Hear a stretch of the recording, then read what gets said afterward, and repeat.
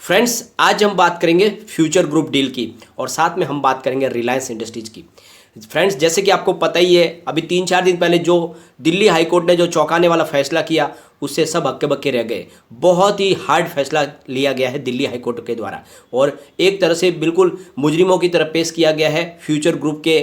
Promoter को और साथ में उनके डायरेक्टर को, और साथ में पूरे फ्यूचर ग्रुप को भी कटघरे में खड़ा किया गया। तो अब इस फैसले के खिलाफ फ्यूचर ग्रुप की तरफ से एक बड़ा कदम उठाया गया है। तो क्या है वो कदम और क्या उसके नतीजे हो सकते हैं, जानेंगे इस वीडियो के माध्यम से। साथ में फ्यूचर ग्रुप ने अपनी तरफ से क्या निर्णय लिए हैं अपनी कंपनी को बचाने के लिए, वो भी हम इस वीडियो के माध्यम से डिस्कस करेंगे। और फ्रेंड्स, कितना ज़्यादा लॉस हो चुका है फ्यूचर ग्रुप में, जिसने भी इन्वेस्टमेंट किया था उनको कितना भयंकर लॉस हो चुका है, उसको हम इस आज वीडियो के माध्यम से डिस्कस करेंगे। और साथ में फ्रेंड्स, रिलायंस इंडस्ट्रीज के शेयर में अच्छी खासी तेजी देखने को मिली हमें फ्राइडे को, और साथ में रिलायंस की तरफ से एक बहुत बड़ी अनाउंसमेंट की गई है, उसको भी जानेंगे इस वीडियो के माध्यम से। लेकिन फ्रेंड, उससे पहले अगर आप पहली बार हमारे चैनल पे आए तो चैनल को सब्सक्राइब कर दीजिए, एक बेल आइकॉन दबा दीजिए। चलो फ्रेंड्स, वीडियो स्टार्ट करते हैं। मैं हूं आपका दोस्त एसबी दवे और हमारे अपने चैनल ऑनलाइन कमाई में आपका बहुत बहुत स्वागत है। फ्रेंड्स, जैसे कि दिल्ली हाई कोर्ट ने अपना फैसला सुनाया, वो फैसला बहुत ही ज़्यादा सख्त था। इतने सख्त फैसले की जरूरत नहीं थी जितना सख्त फैसला उन्होंने दे दिया है।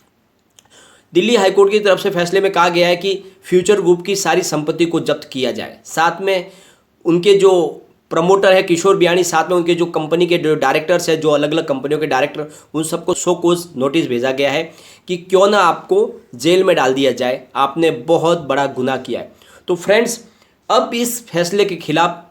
किशोर बियाणी और उनका फ्यूचर ग्रुप फिर से चला गया है कोर्ट में, यानी उन्होंने फिर से दिल्ली हाई कोर्ट में अपील की है और उसकी सुनवाई भी शुरू हो जाएगी मंडे को फिर से इस फैसले की सुनवाई होगी। क्योंकि फ्रेंड्स, सबसे बड़ी बात,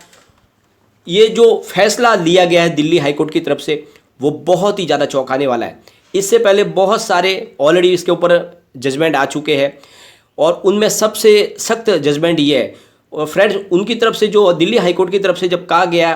कि आपने जो सिंगापुर इंटरनेशनल ऑर्बिटेशन सेंटर से जब स्टे लग गया है, तो उसके बाद में आपने इसके ऊपर कार्रवाई आगे क्यों बढ़ाई, और इसलिए आप एक तरह से गुनहगार हो और आपने इलीगल काम किया है, इसलिए आपके ऊपर बड़ी कार्रवाई होगी। तो फ्रेंड्स, सबसे बड़ी बात तो ये है कि ये जो जजमेंट आया, ये पहला नहीं है, इससे पहले भी बहुत सारे जजमेंट आए, अलग अलग जजों के जजमेंट है और लगातार ये कार्रवाई भी चल रही है। तो उसमें से बहुत सारे जजमेंट है, उसमें किसी ने भी इस कार्रवाई को रोका नहीं है उन्होंने। और सबसे बड़ी बात फ्रेंड्स, लास्ट सुनवाई में जब उन्होंने ये सख्त आदेश दिया कि इनकी संपत्ति को जब्त कर लिया जाए, साथ में इनके जो प्रमोटर है, इनके जो डायरेक्टर्स हैं, उनको जेल में डाला जाए, तो फ्रेंड्स, उनके ऊपर जब इतने बड़े सीरियस एलिगेशन लगाए गए, उससे पहले भी जितनी भी हिंदुस्तान की जो एजेंसियां हैं, चाहे वो सीसीआई हो, सेबी हो, उन सब ने अप्रूवल दी है डील को, और उन्होंने सारे डॉक्यूमेंट की जांच पड़ताल करने के बाद अप्रूवल दिया है। तो इतना बड़ा जब अप्रूवल हर एजेंसी दे रही है अपनी तरफ से, तो कैसे ये मामला पूरा इलीगल हो गया। और फ्रेंड्स, सबसे बड़ी बात, जब फैसला आया सिंगापुर इंटरनेशनल ऑर्बिटेशन सेंटर का, इसके ऊपर 90 दिन की स्टे लगी, तो तुरंत उसी समय किशोर बियाणी ने दिल्ली हाई कोर्ट में अपील की और उन्होंने कहा कि अमेजॉन जो हमारे मामले में टांग अड़ा रहा है और हमारे डील को रुकवाने के लिए वो हर एजेंसी में ईमेल करके, लेटर लिख के जाके उनको बोल रहा है कि आप इस डील को आगे न बढ़ाए, इस कार्रवाई को रोक दे और इस डील पे साइन न करे, अपना अप्रूवल न दे, क्योंकि सिंगापुर इंटरनेशनल ऑर्बिटेशन सेंटर ने इसके ऊपर स्टे लगा दिया है। लेकिन उनका कहना था कि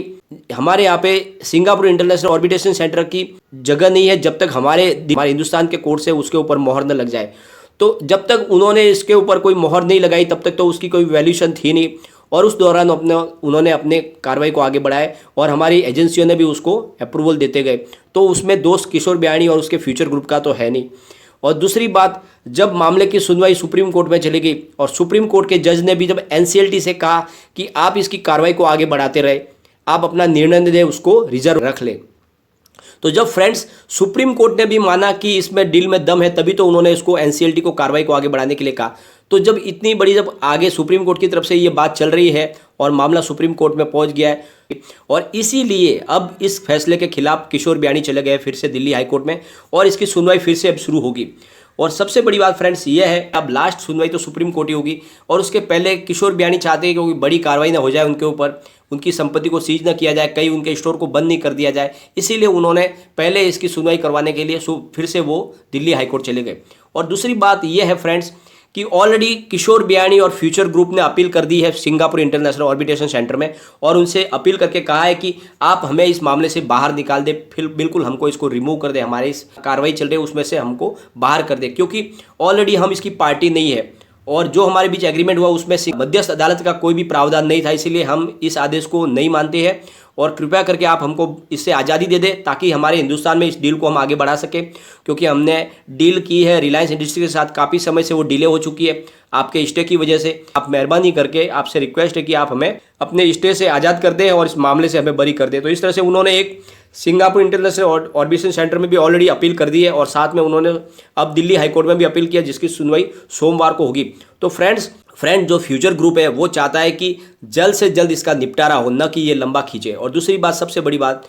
सुप्रीम कोर्ट ने मामले की सुनवाई को लास्ट अप्रैल के वीक में डाल दिया, यानी अभी काफ़ी समय, करीब 1 महीने का बीच में समय है। फ्यूचर रिटेल ग्रुप को डर लग रहा है कि कहीं इस 1 महीने के दौरान उनके ऊपर बड़ी कार्रवाई न हो जाए, कहीं उन्हें जेल में न डाल दिया जाए या फिर उनकी संपत्ति को जब्त न कर लिया जाए, इसीलिए वो फिर से चले गए हैं कोर्ट में। अब इसकी मंडे को सुनवाई होगी। लेकिन इस दौरान फ्रेंड्स सबसे बड़ी जो तकलीफ हुई है वो है इसके शेयर होल्डर को बहुत ज़्यादा लॉस हो चुका है। फ्रेंड्स हम अगर बात करें फ्यूचर रिटेल की, तो इसकी प्राइस 55.90 पर 10% का लोअर सर्किट लगा था फ्राइडे को, और ये बहुत ज़्यादा लॉस इसके शेयर होल्डर को हो चुका है। ये अपने 52 वीक से करीब 66.71% डाउन हो चुका है और पिछले 1 महीने में ये करीब इसमें 26.5% की गिरावट आ चुकी है, यानी बहुत ही ज़बरदस्त लॉस हो चुका है फ्यूचर रिटेल में। अगर फ्यूचर लाइफ स्टाइल की बात करें फ्रेंड्स, तो फ्राइडे को इसकी प्राइस 64.60 पर 10% का लोअर सर्किट लगा था और ये अपने 52 वीक से अब 65.63% डाउन है, यानी इतनी बड़ी भयंकर गिरावट हो चुकी है। और पिछले 1 महीने में करीब 25.01% की गिरावट आ चुकी है फ्यूचर लाइफ स्टाइल में। और फ्यूचर सप्लाई चेन की बात करें तो फ्रेंड्स 79.95 पर 5% का लोअर सर्किट लगा और ये अपने 52 वीक से करीब दूर हो चुका है 63.99%, और पिछले 1 महीने में इसमें 20.37% की गिरावट दर्ज की गई है, यानी बड़ी गिरावट इसमें भी हो चुकी है। अब हम बात करेंगे फ्यूचर इंटरप्राइज की। फ्राइडे को फ्रेंड्स 8.70 पर डाउन इसकी प्राइस क्लोजिंग हुई है और 8.42% डाउन था फ्यूचर इंटरप्राइज, यानी 67.17% डाउन है अपने 52 वीक से, और पिछले 1 महीने में इसने 23.89% की गिरावट दर्ज की, यानी बड़ी गिरावट हो चुकी है इसमें भी। अब बात करेंगे फ्यूचर कंज्यूमर की, तो प्राइस क्लोजिंग हुई है 60.40 पर 10% का लोअर सर्किट लगा और फ्रेंड्स 66.75% अभी भी ये दूर है अपने 52 वीक से, यानी ज़बरदस्त गिरावट इसमें भी हो चुकी है और पिछले 1 महीने में 21.47% की गिरावट दर्ज की गई है शेयर में। तो बहुत ही ज़्यादा लोगों को लॉस हो चुका है और जिस तरह से ये मामला डिले हो रहा है, खींच रहा है, ज़्यादा से ज़्यादा इसकी शेयरों में गिरावट हो रही है, लगातार लोअर सर्किट लग रहे। एक तो सर्किट की लेंथ अब बढ़ चुकी है, 10% के सर्किट सब पे लग गए, लगभग सिर्फ एक शेयर में ही 5% का सर्किट है, बाकी सारे में 10% के सर्किट लग गए और इसी वजह से ज़्यादा लॉस हो रहा है, ज़्यादा गिरावट हो रही है और ये सबसे बड़ी दुखदायी बात है फ्रेंड्स। तो अब ये मामला फिर से मंडे को सुनवाई के लिए आएगा, हो सकता है जो फैसला दिया गया उसको पलट दिया जाए तो कुछ राहत मिले। अब फ्रेंड्स जरा रिलायंस इंडस्ट्रीज की भी बात कर लेते हैं। रिलायंस इंडस्ट्रीज का स्टॉक फ्राइडे के दिन 1991 पर ओपन हुआ, हाई बनाई 2095 की, लो में चला गया 1982 के और एंड में जो क्लोजिंग दी वो है 2078.10 की, करीब 3.43% अप पर क्लोजिंग। बहुत ही शानदार अच्छी इसकी प्राइस बढ़ चुकी है, फिर से ये 21 के आसपास पहुंच चुका है, लेकिन इसके पीछे वजह है बड़ी। रिलायंस इंडस्ट्रीज जिस तरह से आपको पता है अनाउंसमेंट कर चुका है कि 5G टेक्नोलॉजी लाएंगे सबसे पहले, तो अब उन्होंने रिलायंस इंडस्ट्रीज़ ने गूगल के साथ में एक पार्टनरशिप की है। अब सस्ते वाले वो इंडिया के बाज़ार में 5G स्मार्टफोन आएंगे रिलायंस गूगल की तरफ से बहुत ही कम प्राइस में, और साथ में अब उन्होंने 5G जियो बुक लॉन्च करने की भी बात की है और 5G लैपटॉप भी लॉन्च करने जा रहे हैं गूगल और रिलायंस इंडस्ट्रीज़ की मिलके। तो एक बाज़ार में बड़ा तहलका मचाने की तैयारी कर लिया रिलायंस ने और इसी वजह से रिलायंस में शानदार तेज़ी बन रही है। और मैंने आपको लगातार बोला है रिलायंस इंडस्ट्रीज़ में खरीदारी करने के लिए, अभी भी प्राइस बहुत ही रीजनेबल है, आप इसमें खरीदारी करके रखें, आने वाले समय में ये बहुत ही अच्छा रिटर्न देने वाला है। और जितने बड़े रिसर्च एनालिस्ट हैं लगातार सारे के सारे हिंदुस्तान के 80% रिसर्च एनालिस्ट आपको रिलायंस की खरीदारी की सलाह दे रहे बड़े बड़े, तो आपको इसमें निवेश करना चाहिए या लॉन्ग टर्म के लिए आपको बहुत ही शानदार इसमें रिटर्न मिल सकता है। और फ्रेंड्स जिसने भी फ्यूचर ग्रुप के शेयरों में निवेश किया है उन्हें थोड़ा सी धैर्य की जरूरत है, क्योंकि जो भी है फैसला अब आया उसके ऊपर मंडे को फिर से सुनवाई होगी, तो क्या मामला आगे बढ़ेगा उसके बारे में हम आगे से डिस्कस करेंगे। लेकिन फ्रेंड कोई भी इन्वेस्टमेंट करने से पहले अपने फाइनेंशियल एडवाइजर से एक बार एडवाइजर ले ले या अपना खुद का रिसर्च करें, क्योंकि मैंने वीडियो आपके एजुकेशनल पर्पज के लिए ही बनाया। वीडियो पसंद आए तो लाइक शेयर जरूर कीजिए और चैनल को सब्सक्राइब कर दीजिए। Thank you.